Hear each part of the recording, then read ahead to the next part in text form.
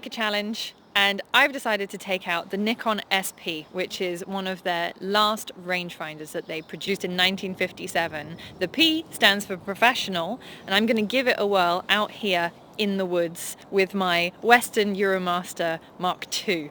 So wish me luck.